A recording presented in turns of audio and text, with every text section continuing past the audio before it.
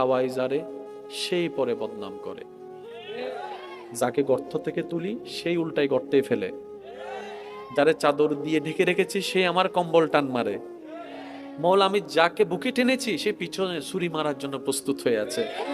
এমনকি যাদের জন্য দিন রাত খেটেছি এক সময় সে আপন জনেরাই, বউটা, স্বামীটা, সন্তানটাই চুপ পল্টি মারে, আমাকে আর চিনতে পারে না। যতদিন দিতে পেরেছি আমার চাইতে ভালো আর কেউ নাই।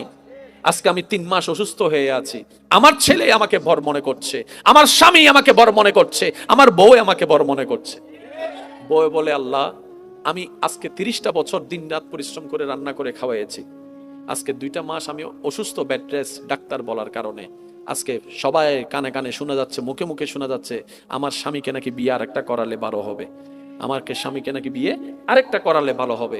তার মানে কি আমি 30টা বছর বউ ছিলাম না, কাজের মেয়ে ছিলাম? আমারও তো একটা প্রশ্ন থেকে যায়, আমার অবদানটা কোথায়? প্রত্যেকটা জনের চেহারার মধ্যে হাসি আছে কিন্তু মনের হাসিটা নাই। এবার বান্দা বলে মৌলা শান্তি দাও, শান্তি দাও, শান্তি দাও। রব বলে যে যে শান্তি তোমরা তালাশ করছো আমি রবের দরবার ছাড়া ওই শান্তি আর কোথাও পাবা না, আর কোথাও পাবা না।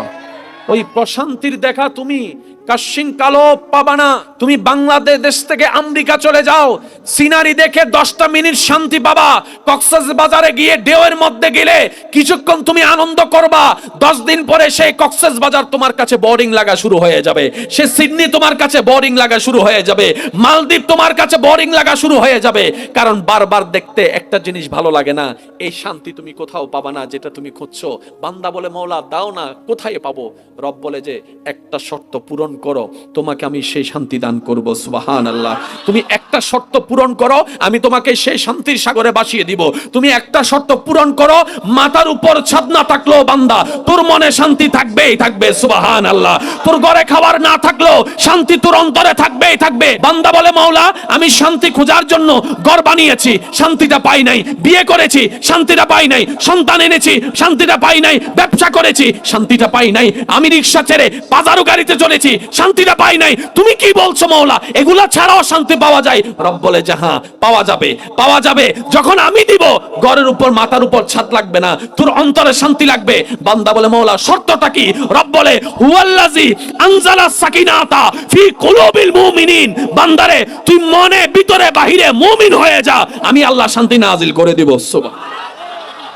ঘুমানুন্তির ঘুম আরেক জিনিস, হাসা একটা জিনিস, মনের হাসা আরেক জিনিস। লাস্ট কবে কয়জন মন থেকে হাসতে পারছি? কয়জন ভিতর থেকে শান্তিতে আছি? প্রিয় মানুষের সামনে বসে কয়জন একটু শান্তিতে নিঃশ্বাস নিয়েছি? সারা দুনিয়া ঘুরে ঘরে এসে কয়জন শান্তিতে পাইছি? আপনি সারা পৃথিবী শান্তি পেয়েও যদি ঘরে এসে শান্তি না পান। এবার প্রত্যেকটা মানুষের এই একটা আফসোস, আমি সারাদিন বাহিরে দৌড়াই, দিন রাত আমি পরিশ্রম করি, মাথার ঘাম আমি পায়ে ফেলি, 2টা টাকা কিভাবে বেশি ইনকাম করা যায় সেটা চিন্তা করি, শুধু নিজের জন্য নয় তোমাদের জন্য। অনেক প্রবাসী ভাইয়েরা আছেন দুপুরবেলা ভাত খায় না, ভাতের টাকাটা রেখে দেয় পরিবারকে পাঠানোর জন্য। অনেক ভাইয়েরা আছেন ভাত না খেয়ে কোন রকম একটা বন একটু পানি দিয়ে পেটটাকে লোড করে আবার কাজের মধ্যে লেগে যায়। ওই বাবাকে প্রশ্ন করেন, ওই ভাইকে প্রশ্ন করেন কেন এত ওভার পরিশ্রম করছেন?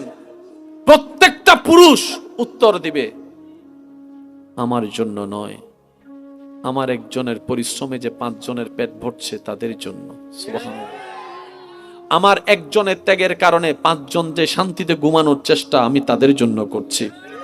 আমি একজন রোদে শুকাই বৃষ্টিতে ভিজি এই কারণে যাতে 5 জনের মাথার উপর একটা ছাদ দিতে পারি, শক্ত ছাদ। আমি একজন পরিশ্রম করি, আমার শরীর, আমিও তো একটা মানুষ, আমারও তো শরীরের একটা রতের পাওয়ার আছে, একটা লিমিটেশন আছে। 3 বস্তার উপর তো 4 বস্তা আমি আলগাতে পারি না। কিন্তু মহাজন বলেছে যে যত বস্তা নিয়ে যেতে পারবে তার ইনকামও তত বেশি। ওই দিন থেকে আমি 3-এর জায়গায় 4 নেওয়া শুরু করেছি। ওই লোডটা আমার কাঁধে হয়ে, কোমর হয়ে, পায়ে পড়তেছে। আমি জানি আমার ডিউ কমে যাবে, তারপর আমি সব ত্যাগ দিচ্ছি শুধু পরিবারের মুখে একটু হাসি ফোটানোর জন্য।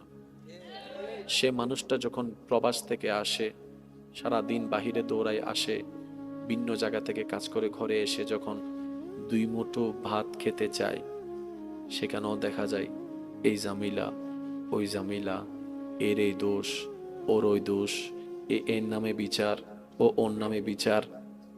শেষ পর্যন্ত ওই পুরুষ বলতে বাধ্য হয়, বাহিরেও শান্তি নাই, ঘরেও শান্তি নাই। এমনও পর্যন্ত শোনা যায় বলে, ইচ্ছা করে সবকিছু ছেড়ে চলে যাব বাহিরে কোথাও, তোমাদের যেদিকে যা মন চায় তা করো, আমার দুই চোখ যেদিকে যায় আমি সেদিকে চলে যাব। কেন বলছে? শুধু একটু অশান্তির কারণে, শান্তি না পাওয়ার কারণে।